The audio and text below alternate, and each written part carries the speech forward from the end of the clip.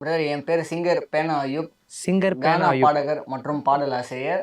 Okay. Plus நிறையா பண்ணிகிட்ருக்கேன். சாங்ஸ்லாம் நிறைய சூப்பர். என்ன இது வரைக்கும் பண்ணியிருக்கீங்க? ஸோ நம்ம வந்து பார்த்தீங்கன்னா ஃபுல் அண்ட் ஃபுல்லாக வந்து கானா தான் நம்மளுது. அந்த கானான்ற டாபிக் தான் நம்மளுது. ஸோ சின்ன வயசுலேருந்தே கானா தான் நம்மளுக்கு பாடணுன்னு அவ்வளோ ஆசை. அது இல்லாமல் நிறைய ட்ராவல்லாம் பண்ணியிருக்கேன். ஸோ அப்படியே சமீபத்தில் அப்படியே ஃப்ரெண்டு நானும் சாங்ஸ் பண்ணணும் அப்படின்னு சொல்லி ஃபோன் பண்ணா போல. யார் அப்படின்னா நம்ம கவிதை கோபால். ஸோ ஃபோன் பண்ணி நானும் அது மாதிரி பாடுவேன், ஸோ என்னையும் பாட விடுங்க, ஏன் நான் மட்டும் பாடக்கூடாதா அப்படின்ற ஒரு கான்செப்டில் சொன்னா போல. சரி ரைட் ஓகே, நம்மளும் பாட வைக்கலாம் அப்படின்னு சொல்லி ஒரு சேனலில் கூட்டின்னு போனேன். பாடினாரு. இப்போ ரெண்டாவது வந்து இப்போ நான் ஒரு சாங் பண்ணும் போது அவரையும் கூட்டிகிட்டு போயிருக்கேன். ஜஸ்ட் ஒரு ரிஹர்சல் மாதிரி பார்த்தாச்சு. தென் இப்போ ரெண்டாவதான் சாங் இப்போ பண்ண போகிறாரு. ஸோ ட்ராவல் பண்ணிகிட்டே இருக்கணும். சூப்பர். நீங்கள் பேசும்போதே அந்த கானா ஃபீல் அப்படியே தெரியுது எங்களுக்கு. ஒரு கானா பாட்டோட ஆரம்பிச்சிடலாமே, ஒரு நல்ல கானா பாட்டு எங்களுக்காக.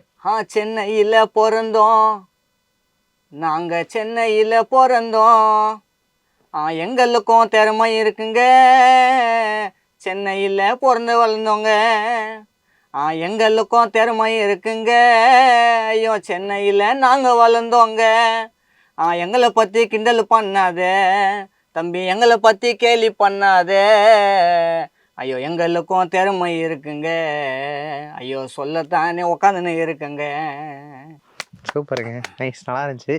இந்த கானா பாட்டு அப்படிங்கும்போது அந்த வரிகள் காமெடியா இருந்தாலும் அது உள்ள ஒரு வலி இருந்துகிட்டே இருக்கு எல்லா பாட்டுலயுமே. கண்டிப்பா. அது ஏன் அப்படி? அதாவது கானா பாடகர்கள் வந்து இப்போதுல இருந்து வளம் வந்தவங்க இல்ல.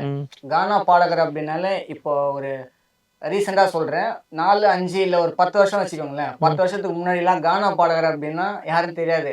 இவனா பா, இவன் கானா பாடினா இவன் குடிப்பான்பா, பா இவனா இவன் கஞ்சா அடிப்பான்பா. ஸோ அந்த மாதிரி தாட் தான் இருந்துச்சு.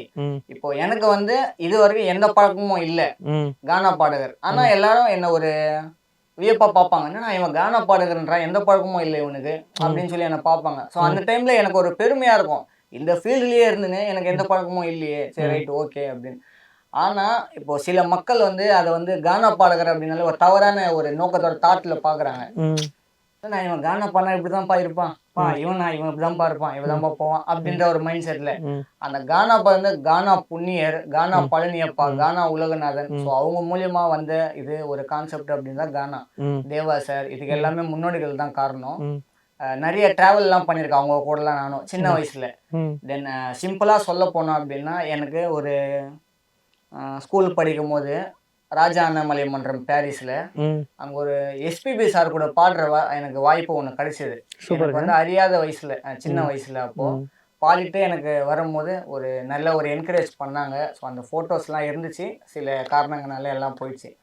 அதுக்கப்புறம் தான் எனக்கு சொல்ல ஆரம்பிச்சாங்க, இது மாதிரிலாம் நீ பண்ணியிருக்க, ஸோ இன்னும் நிறையா பண்ணு, பெஸ்ட்டாக பண்ணு அப்படின்னு சொல்லி. பட் ஆனால் ஒரு கூட்டம் வந்து என்னை வந்து ஃபுல்லாக கில் பண்ணுறதுக்காக